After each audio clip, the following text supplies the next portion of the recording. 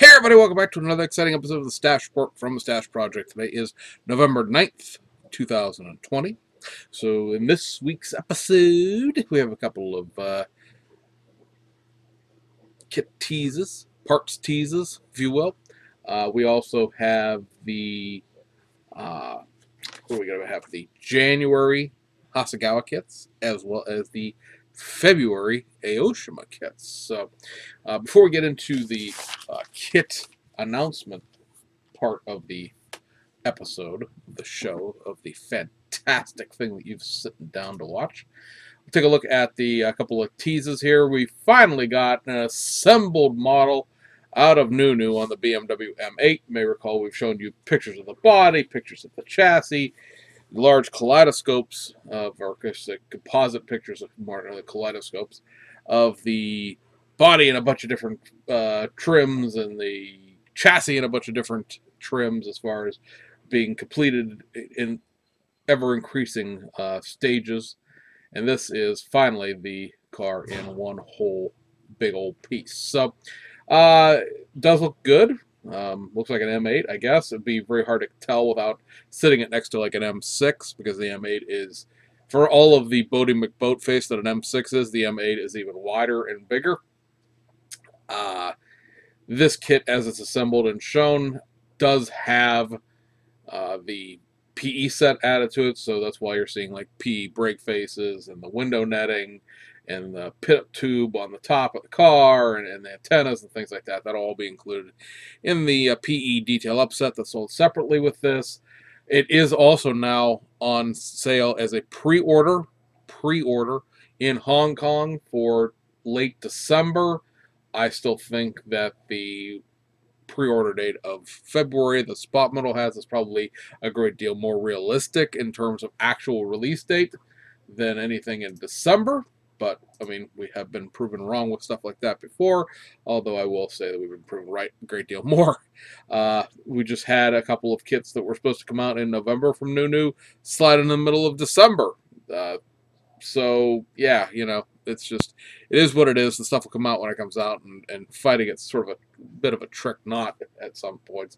Also, another, just a part for the race car folks, because this is probably one of the more desired things that a lot of us have been waiting for who have these kits, and that is going to be coming from Hobby Design in probably a week or two, and it is a PE set, detail up set for the Mustang GT4 kit, the Tamiya race car.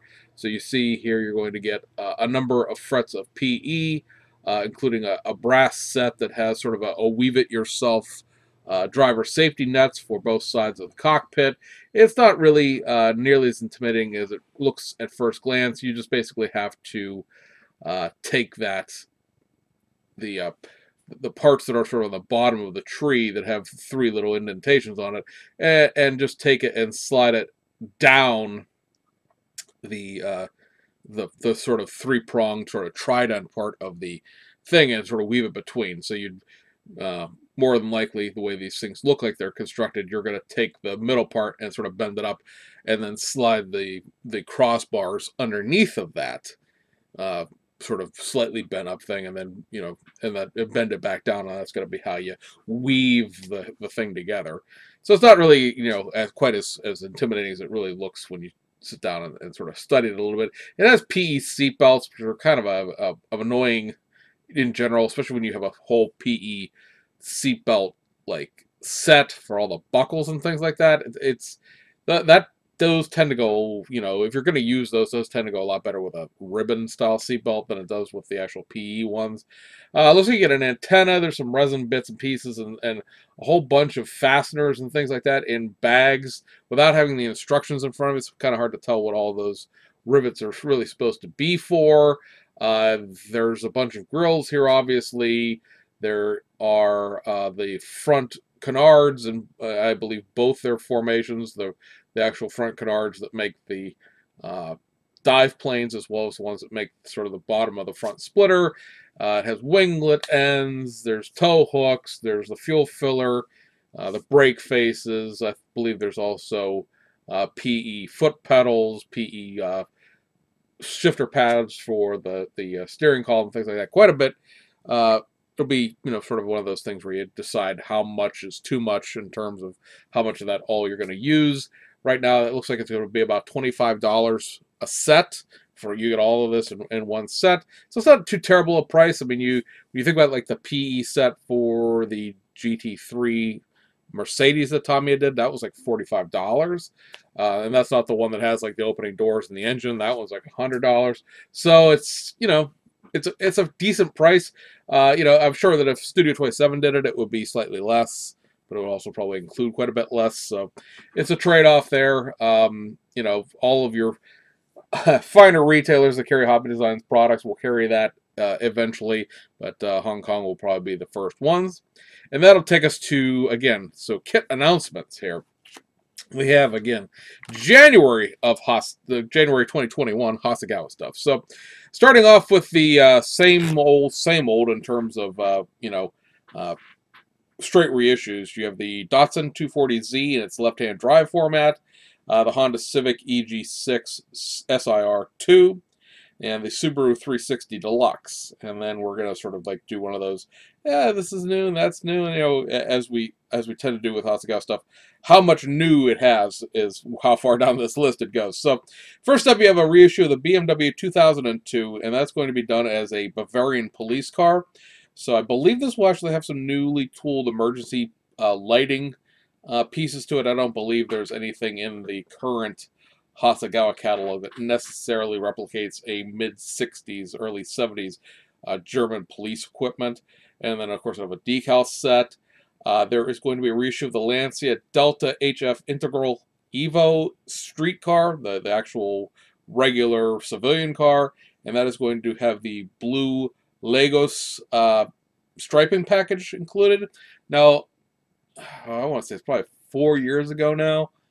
Studio 27 did a striping package for the Lancia Deltas. There's a whole bunch of these specially done cars. Some of them were not tribute, but celebratory anniversary editions, if you will, for all of their World Rally Car Makes championships over the course of the years. And they did a couple of other things. These blue Lagos cars are blue cars with a yellow stripe that run down the side. There were 215 of them made that year. I think it was 1993. And so it's basically just a set of decals in the existing Lancia Delta HF Integral Evo kit. You're going to get a reissue of the Porsche 962C in a Kremer SAT additives livery for the 1987 Norris Ring race. Car finished 11th. I will point out again that the winning car for that race is the Porsche 962 as well. I understand there's a whole licensing issue in terms of recreating even vintage race cars. Yes, by the way, 1987 is vintage. That would be 33 years ago.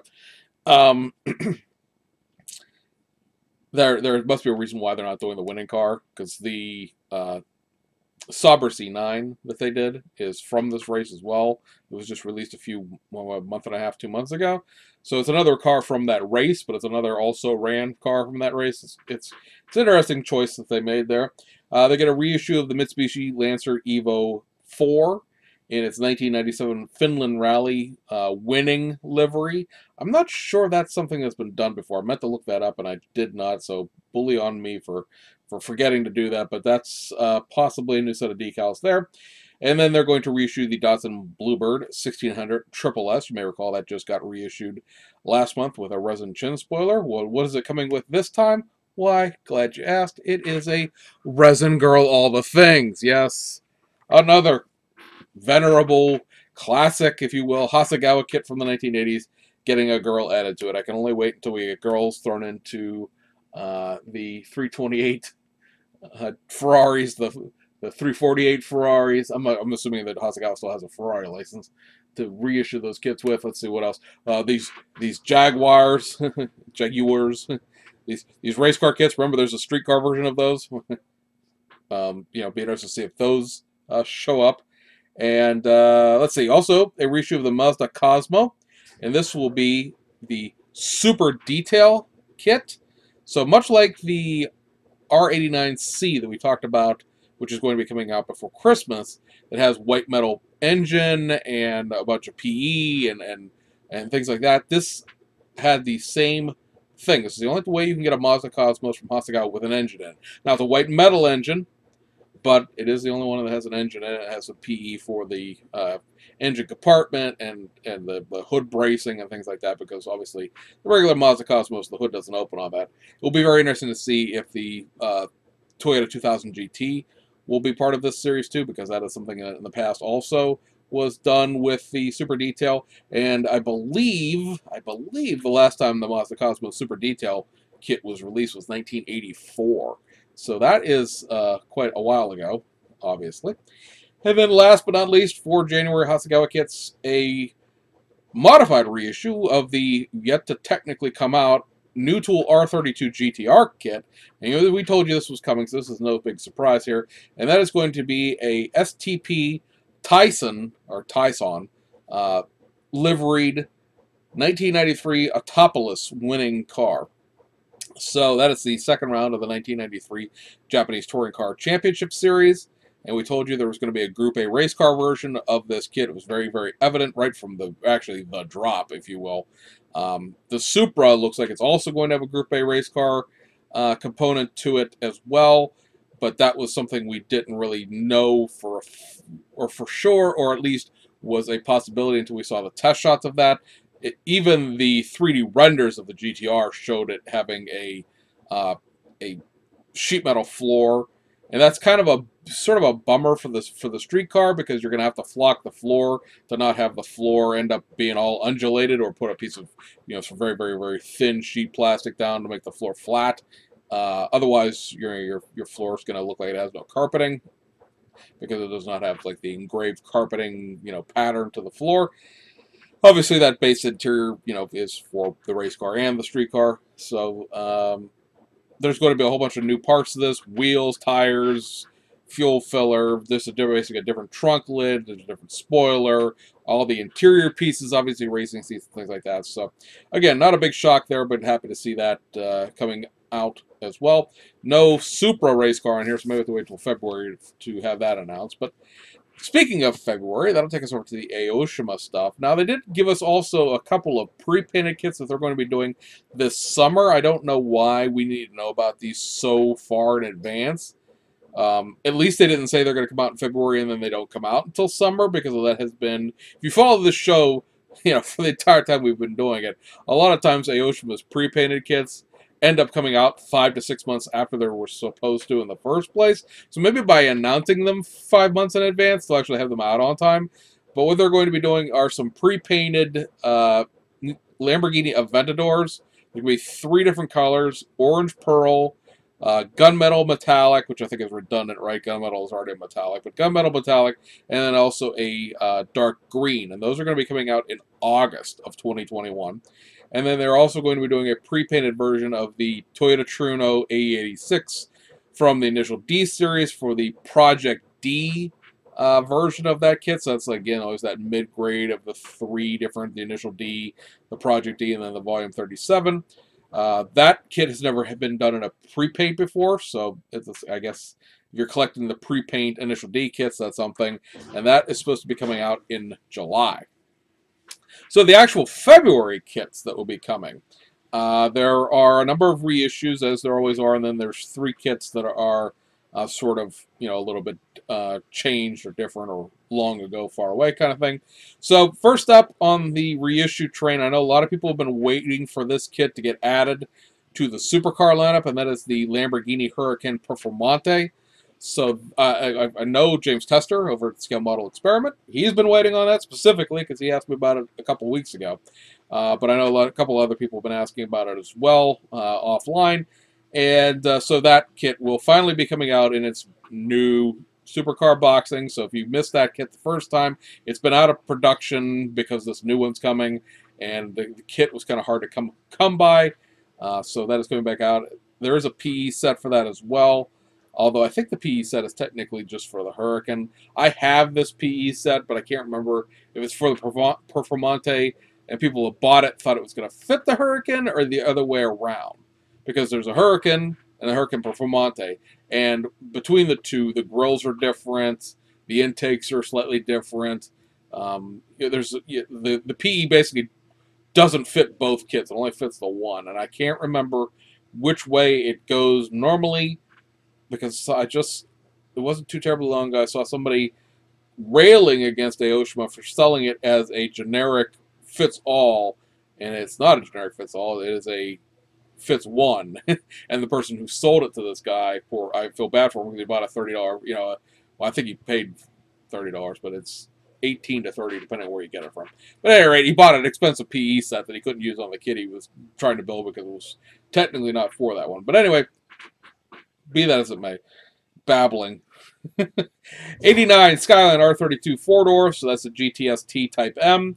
The 1994 Skyline R33 4-door, so that's the JTS 25T Type M. Those are both kind of basic chassis kits. I believe they come with engine inserts. I want to almost say positive. It's been a while since I've looked at the insides of either one of those. I have both those kits, and I believe that they have the top little part of the engine insert in them. But they are basic chassis, kind of older kits in that way. Reissue of the 1976 Skyline C111 GTS X, or GTX ES, I should say. A reissue of the 1997 Toyota Celsior in its Auto Couture VIP packaging, and a reissue of the 1989 Mazda RX-7 in its RE Mamiya tuner version. And then the three kits that qualify as either new or long ago far away. Going to get a reissue of the 1982 Nissan Laurel H31 generation 2000 Turbo SGX Medalist. That kit was last released in 2011, so it's been 10 years by the time this comes out. It's February of next year.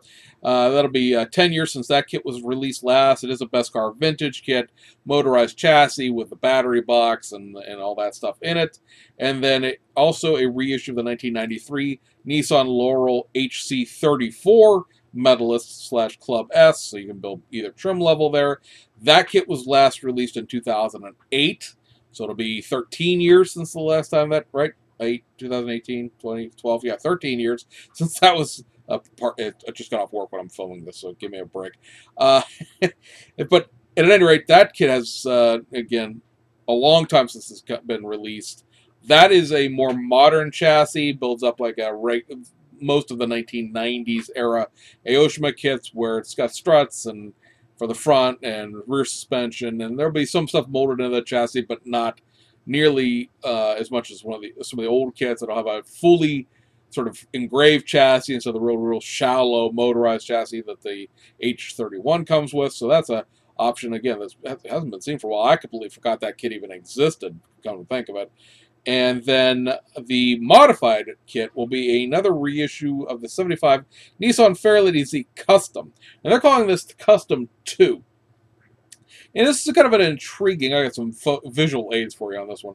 This is kind of an intriguing decision by Hasegawa, or by Aoshima rather, because they are basically creating with their version of this tooling. Remember, there was that odd, I think it's a Nichimo or something along those lines. One of the old 1980s Japanese model of companies that doesn't exist anymore, and somehow, Aoshima wound up with the tooling stories that they released that Fairlady Z. It was the 280Z Special from 1975.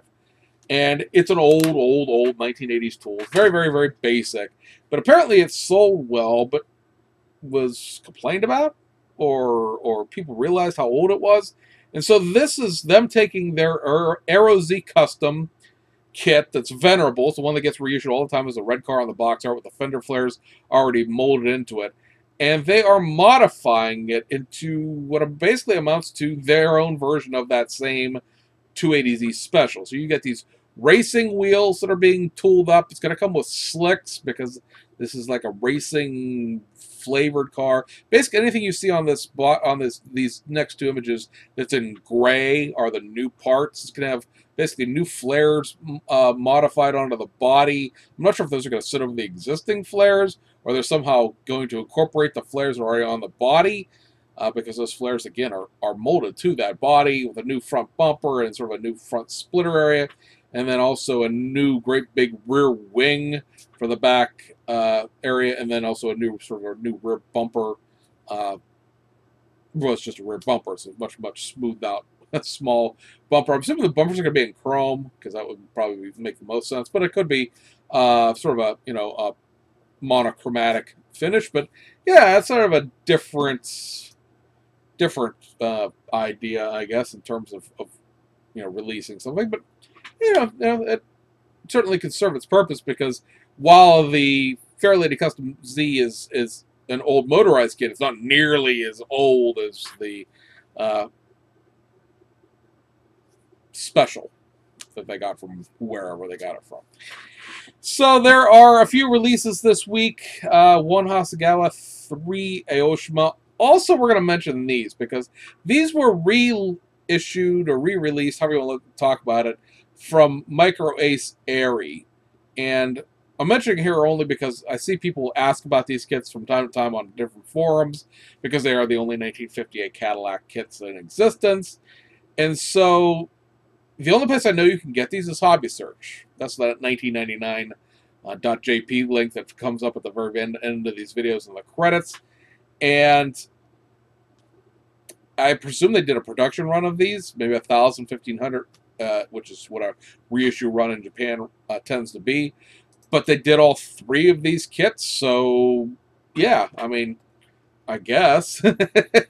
I've heard different things about these kits. I know the engines are very basic. That does come with an engine. Engines are very basic compared to like a Monogram Revell kit. And I've heard stories of whether or not this is really 1/24 scale or a little bit bigger. But, again, you want a 1958 Eldorado, this is the only way to get around it. So there's a 1958 Eldorado Baritz with the top down. When you buy this kit, it only comes with the top down option.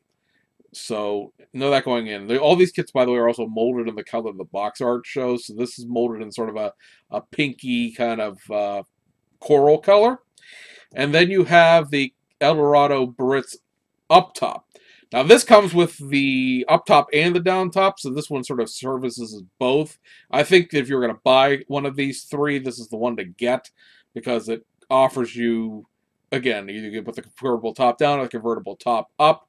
And I will say that because the 3rd kit is the Cadillac Eldorado Seville, but none of these kits are tooled with a roof. So this hard top, or really what is not even a hard top, but the roofed version of the Eldorado is separate. So you're going to have to take that hard top, that coupe roof, and glue it to the body, and then do all the body work to blend it into the rest of the kit, and then, get something out of that. So, yeah, know that going in. If you buy the Seville because, it has a roof, it does, but it's not actually attached to the model. So, those 3 kits, again, are back out there for anyone who happens to be interested in them.